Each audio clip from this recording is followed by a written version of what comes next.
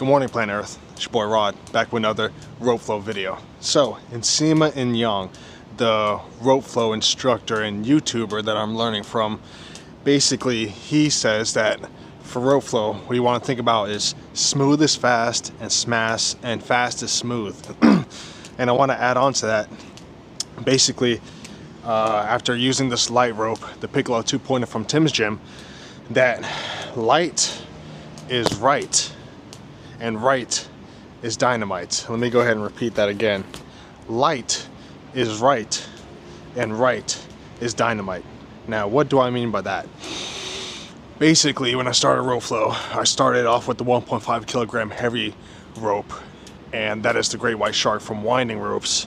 And while that is an incredible rope, it is not something that you want to learn on because it is too heavy, even for a man that's 6'8", to learn how to rope flow on, because you want to use a light rope to activate the connecting muscles in your spine to the rest of your body, so that way you can start using muscles that you've never really engaged before or you haven't used in a long time. Now, with that being said, you want to start off with a lighter rope.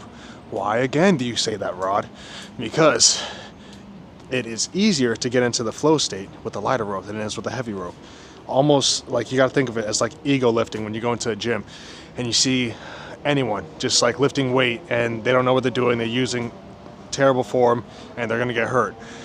You can do the exact same thing with a heavy rope and rope flow if you don't know what you're doing, and if you're not using the right rotation of your spine and also engaging your core and your full body. You might get like a sprained back or something on accident. Like if you're using the whale, the 5 kilogram rope from Winding Ropes. 5 kilograms, that's heavy. I've never touched that rope.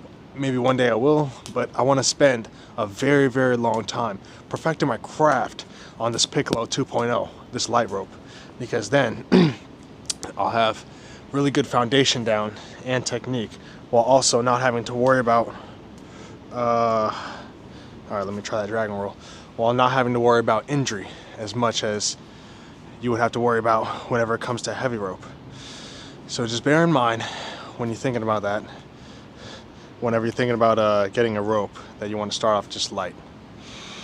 Also, I appreciate the one person who commented on one of my rope flow videos, basically telling me that I'm looking good and I should move on to the Maki roll. I've looked at videos of the Maki roll. I appreciate it. It looks really, really nice, and I will move into that.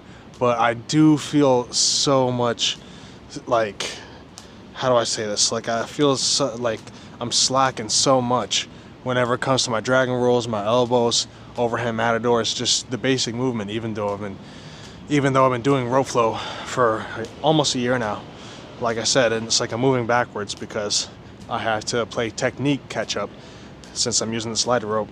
And then after touching heavy ropes, it was like, whoa, 9-day difference. Whew. So I'm just doing the broken dragon roll on the left side. But yeah, to answer that subscriber's question of mine, not that they had a question, they were just giving me some constructive criticism, but they were saying go ahead and start on the Maki roll. Absolutely I will, but Nsima Nyong, the instructor I'm learning from, and Tim Schaaf, I think that's how you say his name, the gentleman from The Way of the Rope that also I got this Piccolo 2.0 from, they both say that you want to almost master these simple techniques, just the dragon roll, overhand matador, overhand race and chase, and the underhands before you really start delving in. And I just feel so awkward in my body, you know? So I will be moving on into other things very soon, but just give me some time because you could see the kinks. I mean, I can see it, and I'm really trying to work it out.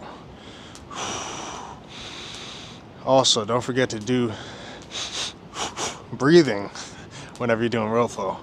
And one thing I'm also forgetting to do is keeping my legs kind of pushed outwards while using this glute band, which is a great activator for my glute muscles, which in turn helps out like, look at this, I'm doing some like kind of calf work just by lifting my calves one at a time.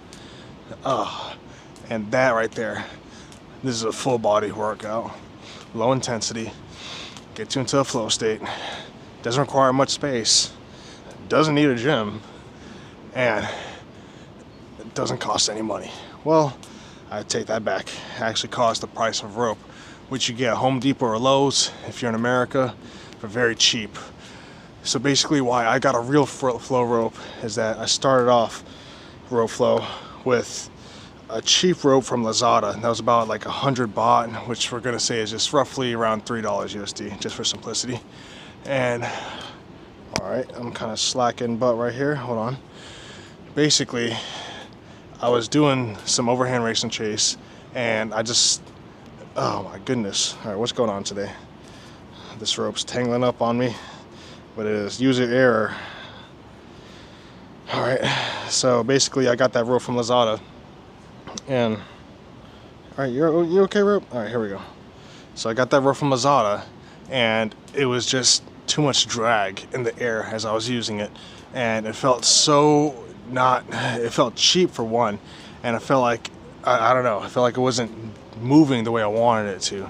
So that's why I was just like, you know what, let me go ahead and bite the bullet and get a real flow rope, and I haven't looked back ever since. And I started with the 1.5 kilogram great white shark at the time, and then I moved my way down from heavier ropes to light ropes. All right, I'm slacking butt right now, so we're just gonna do underhand race and chase, and then I see my underhand matador needs more work. There we go.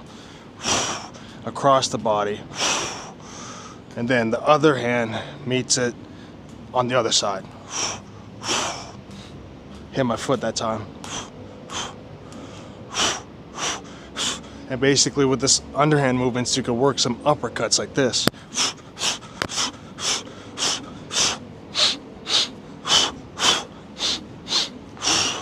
And don't forget, if you're using a glute band, to switch stances. Like, I was just in one stance for far too long. Ah, man, this is a great way to start your day. What a great back opener. And resistance training, but on the lightest level. It's so hard to describe to you guys unless you have a rope. And even with the cheap rope, you can definitely feel the movements, but trust me, you're gonna wanna get a real rope. All right, let's do some elbows. Left side.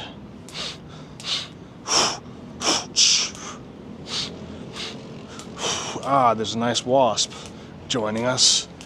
I might have to watch out for this bugger.